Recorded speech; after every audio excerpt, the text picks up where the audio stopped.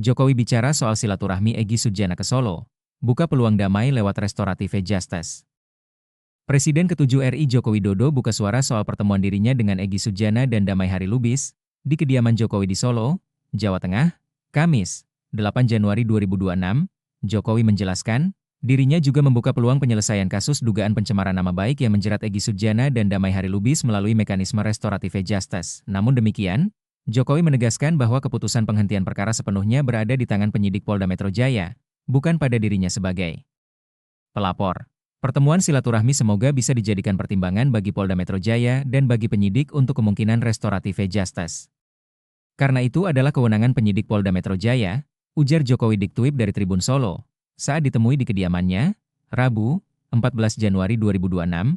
Dalam pertemuan tersebut, Egy Sujana dan Damai Hari Lubis hadir didampingi kuasa hukum Eli Danetti, Ketua Umum Rejo Prabowo Gibran Darmizal, serta Sekretaris Jenderal Rejo Prabowo Gibran Rahmat. Jokowi membenarkan adanya pertemuan tersebut dan menegaskan bahwa kedatangan Egy dan Damai semata-mata dalam rangka silaturahmi. Telah hadir bersilaturahmi Bapak Profesor Egy Sujana dan Bapak Damai Hari Lubis ke rumah saya. Benar beliau-beliau hadir didampingi oleh pengacara Bu Eli Danetti. Ujarnya, terkait isu adanya permintaan maaf dalam pertemuan itu, Jokowi memilih tidak mengonfirmasi. Ia menilai substansi pertemuan bukan pada ada atau tidaknya permintaan maaf, melainkan pada niat baik untuk menjalin silaturahmi. Saya sangat menghargai dan menghormati silaturahmi beliau berdua.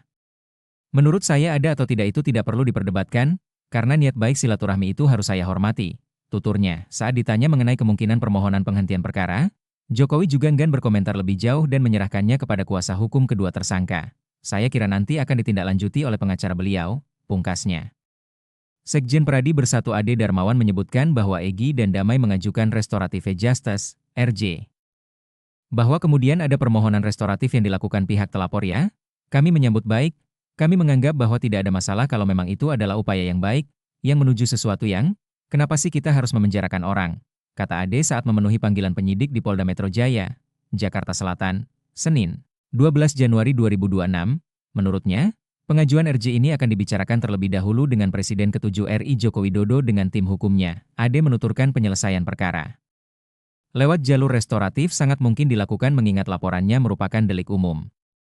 Kita pertimbangkan hal itu, sambil tetap berkoordinasi dengan pihak Bapak. Kalau memang itu dimungkinkan, maka kami tetap akan mengikuti apa arahan dari Bapak ya, sehingga itu perlu kita kaji dulu bersama berdiskusi bersama Polda Metro, tukasnya. Lebih lanjut, Ade melihat sosok Egy Sujana dan Damai Hari Lubis selayaknya senior sehingga pertimbangan untuk RJ akan segera dibicarakan. Artinya kita tidak menutup pintu untuk itu. Pungkasnya, Polda Metro Jaya menetapkan 8 tersangka kasus ijazah palsu Presiden ke-7 RI Joko Widodo. 5 tersangka dalam klaster pertama adalah Egy Sujana Kurniatri Rohiani, Damai Hari Lubis, Rustam Effendi, dan Muhammad Rizal Fadillah. Dalam klaster kedua ditetapkan 3 tersangka termasuk ex-Menteri Pemuda dan Olahraga, Menpora, Rai Suryo, RS, Rismon Hasiholan Sianpiar, dan Tifauzia Tiasuma. Para tersangka dijerat pasal 310 KUHP dan atau pasal 311 KUHP dan atau pasal 27A Yungto pasal 32 Yungto pasal 35 UU nomor 1 tahun 2024 tentang perubahan kedua atas UU nomor 11 tahun 2008 tentang informasi dan transaksi elektronik, ITE.